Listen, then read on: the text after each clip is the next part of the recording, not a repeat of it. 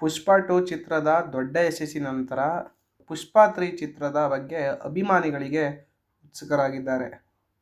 ನಿರ್ಮಾಪಕ ರವಿಶಂಕರ್ ಅವರು 2028ರ ವೇಳೆಗೆ ಈ ಸಿನಿಮಾವನ್ನು ಬಿಡುಗಡೆ ಮಾಡುವ ಸಾಧ್ಯತೆ ಇದೆ ಎಂದು ಹೇಳಿದ್ದಾರೆ. ಅಲ್ಲು ಅರ್ಜುನ್ ಹಾಗೂ ರಶ್ಮಿಕಾ ಮಂದಣ್ಣ ಮುಖ್ಯ ಪಾತ್ರದಲ್ಲಿ ಮುಂದುವರಿಯಲಿದ್ದಾರೆ.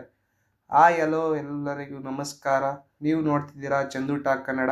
ಅಲ್ಲು ಅರ್ಜುನ್ ಹಾಗೂ ರಶ್ಮಿಕಾ ಮಂದಣ್ಣ ನಟನೆಯ ಪುಷ್ಪ ಸಿನಿಮಾ ರಿಲೀಸ್ ಆದಾಗ ಅದು ಬಾಕ್ಸ್ ಆಫೀಸ್ನಲ್ಲಿ 300 ಕೋಟಿ ರೂಪಾಯಿಗಳನ್ನು ಮಡಿಗೆ ಹಾಕಿಕೊಂಡಿತ್ತು.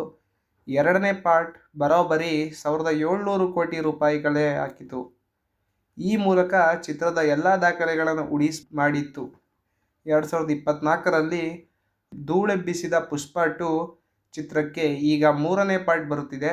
ನಿರ್ಮಾಪಕರು ಸಿನಿಮಾ ರಿಲೀಸ್ ಆಗೋದು ಯಾವಾಗ ಎಂದು ಸೂಚನೆಯನ್ನು ಹೇಳಿದ್ದಾರೆ. ಸಾಮಾನ್ಯ ವ್ಯಕ್ತಿಯಾಗಿದ್ದ ಪುಷ್ಪರಾಜ್ ಈಗ ರಕ್ತಚಂದನ ಕಳ್ಳ ಸಾಗಾಣಿಕೆಯಲ್ಲಿ ದೊಡ್ಡ ಡಾನ್ ಆಗಿ ಬೆಳೆದಿದ್ದಾನೆ. ಸಿಎಂ ಅನ್ನೇ ಬದಲಾಯಿಸುವಷ್ಟು ಹಣ ಅವನಲ್ಲಿ ಇದೆ. ಪುಷ್ಪ 2 ಚಿತ್ರದಲ್ಲಿ ಕೊನೆಯಲ್ಲಿ 3ನೇ ಭಾಗ ಬರಲಿದೆ ಎಂಬುದನ್ನು ಸ್ಪಷ್ಟವಾಗಿ ಹೇಳಲಾಗಿದೆ.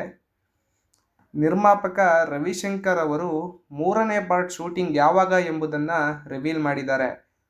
ಪುಷ್ಪ ಚಿತ್ರಕ್ಕೆ 3ನೇ ಪಾರ್ಟ್ ಬಂದೇ ಬರುತ್ತದೆ. ಅಟ್ಲಿ ಹಾಗೂ ತ್ರಿವಿಕ್ರಮ್ ಶ್ರೀನಿವಾಸ್ ಜೊತೆ ಅಲ್ಲು ಅರ್ಜುನ್ ಸಿನಿಮಾ ಮಾಡುತ್ತಿದ್ದಾರೆ. ಈ ಎರಡೂ ಸಿನಿಮಾಗಳನ್ನು ಪೂರ್ಣಗೊಳಿಸಲು ಅವರಿಗೆ 2 ವರ್ಷ ಬೇಕಾಗುತ್ತೆ. ಆ ಬಳಿಕ ಪುಷ್ಪ 2 ಸೆಟ್ ಏರುತ್ತದೆ ಎಂದು ರವಿಶಂಕರ್ ಅವರು ಹೇಳಿದ್ದಾರೆ. ಇನ್ನು ಸುಕುಮಾರ್ ಅವರು ರಾಮ್ ಚರಣ್ ಜೊತೆ ಸಿನಿಮಾ ಮಾಡುತ್ತಿದ್ದಾರೆ. ಈ ಸಿನಿಮಾ ಪೂರ್ಣಗೊಳ್ಳಲು 2 ವರ್ಷ ಬೇಕಾಗುತ್ತದೆ. ಆ ಬಳಿಕ ಅವರು ಫ್ರೀ ಆಗಲಿದ್ದು ಪುಷ್ಪ 3 ಚಿತ್ರದ ಬಗ್ಗೆ ಗಮನ ಹರಿಸಲು ಮುನ್ಸೂಚನೆಯನ್ನು ಕೊಟ್ಟಿದ್ದಾರೆ. 2028ರ ವೇಳೆಗೆ ಪುಷ್ಪ 2 ಸಿನಿಮಾ ರಿಲೀಸ್ ಆಗೋ ಸಾಧ್ಯತೆ ಇದೆ. ಮುಂದಿನ 3 ವರ್ಷಗಳಲ್ಲಿ ಸಿನಿಮಾ ಸೆಟ್ ಏರುತ್ತದೆ.